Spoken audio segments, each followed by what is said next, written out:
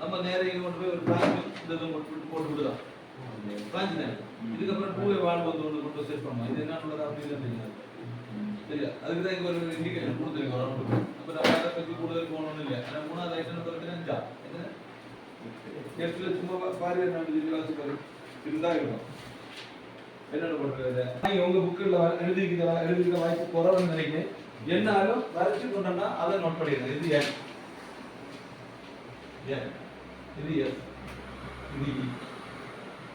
இப்போ இந்த இடபிள்யூஎஸ்எல் வந்து நம்ம போட்டது அந்த டிராயிங்ல ஒரே ஒரு ஆரோ மார்க் கொடுத்துக்கிட்டு என்ன பண்ணிருப்பாங்கன்னா டோட்டல் காலம் இப்படி இருக்கு. ஃபுல் டிராயிங் பேப்பர்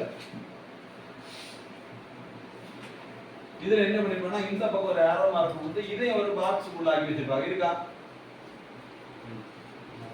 இது பாக்ஸ் இல்லாம இருக்கு. ஓகே பாக்ஸ் எடுக்கணும். சிலதுல வந்து பாக்ஸ் இருக்கும், சிலதுல பாக்ஸ் வேண்டாம்.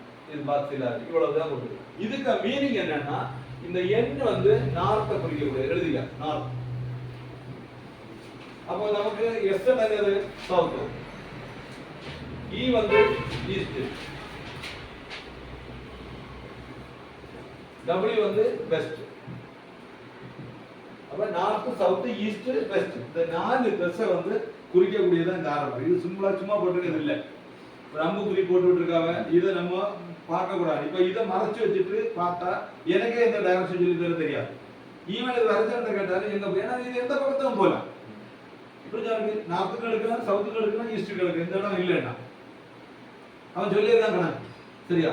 ஆனா இதுல இருந்தா தான் உனக்கு அந்த ஒரிஜினல் லொகேஷன்ல போகாம கூட இந்த லைன் நீங்க செய்யணும் சரியா. இப்போ ஒரு மோட்டர் பம்பு ஏதாவது இருக்குன்னு வச்சுக்கோ போற இடத்துல அது வந்து இந்த நம்ம இந்த லைனை இங்க வச்சு கூட செஞ்சு அந்த மோட்டர் இருக்கிறது கொண்டு போய் இன்ஸ்டாலேஷன் பண்ண முடியும். பண்ணும்போது இந்த ரூட்டிங்ல கரெக்டா கிடைக்கும். அதுக்கு வேண்டிதான் இந்த இதை கொடுத்துருக்காங்க.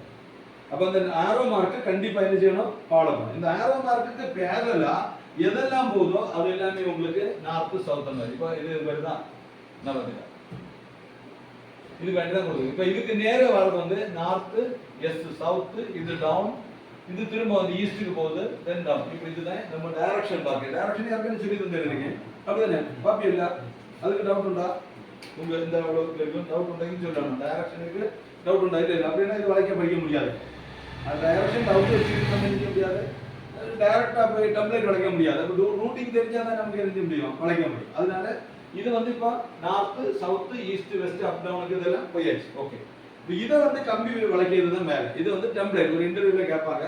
இன்டர்வியூல மட்டும்தான் அது யூஸ் ஆகும். மற்ற நேரங்களில் உங்களுக்கு வேலை செய்யும்போது ஒரு டிராயிங் தராங்க. எப்போ அந்த டிராயிங் நிமித்து பார்த்து எடுத்துக்கிட்டு இருக்க வேண்டாம். அதுக்கு வேண்டிய என்ன கையில கிடைச்ச உடனே ஒரு டெம்ப்ளேட் இது மாதிரி ஒன்று வளைச்சிக்கிட்டு உங்க டூல் பாக்ஸோட சேர்த்தாங்க வச்சுக்கிட்டு ஆகும். புரியுதா? வச்சுக்கிட்டு என்ன செய்யலாம் அந்த பிட்டப் கொடுக்குற நேரம் பீஸ் எல்லாம் கட் பண்ணிருப்போம். எல்லா பீஸும் கட் பண்ணிட்டு பிட்டப் கொடுக்குற நேரம் நம்ம என்ன செய்யணும் இதுக்கு அது இது எப்படி வளைச்சு வச்சிருக்கோமோ அதை கனெக்ட் பண்ணி பிட்டப். இதுதான் இதுக்கு டெம்ப்ளேட்டுக்கு மீனிங். இதுக்கு டெம்ப்ளேட் வளைக்க சொல்லுவேன்னா எப்படி ஒரிஜினல் லைன் இருக்குதோ அந்த ஒரிஜினல் லைன் படி நம்ம ஐசோமெட்ரிக் டிராயிங்ல எப்படி லைன் வரைச்சிருக்காங்களோ அதன்படி நம்ம ஒரு சாம்பிள் வளைச்சு காமிக்கிறது பேர் தான் டெம்ப்ளேட்.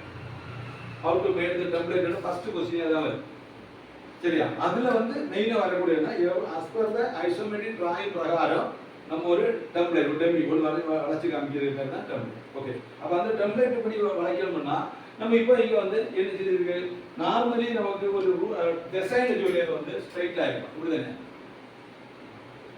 இதெல்லாம் இருக்கும்.